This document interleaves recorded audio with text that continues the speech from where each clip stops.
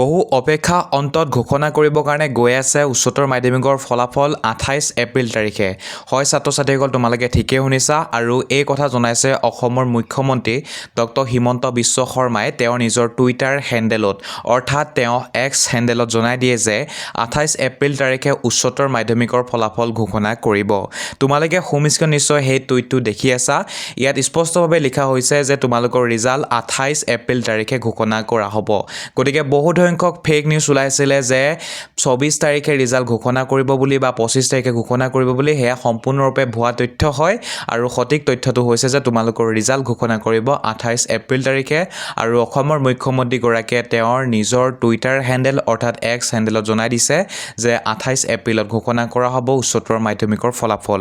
গতিকে এই খবৰটো নিশ্চয় তোমালোকৰ বন্ধুবৰ্গলৈ শ্বেয়াৰ কৰি দিবা যাতে সকলোৱে গম পায় তোমালোকৰ ৰিজাল্ট কেতিয়াকৈ দিব। আৰু এই খবৰটোৱে সম্পূৰ্ণ সত্য খবৰ হয়, অৰ্থাৎ তোমালোকৰ ৰিজাল্ট 28 এপ্ৰিলত ঘোষণা কৰিব বুলি।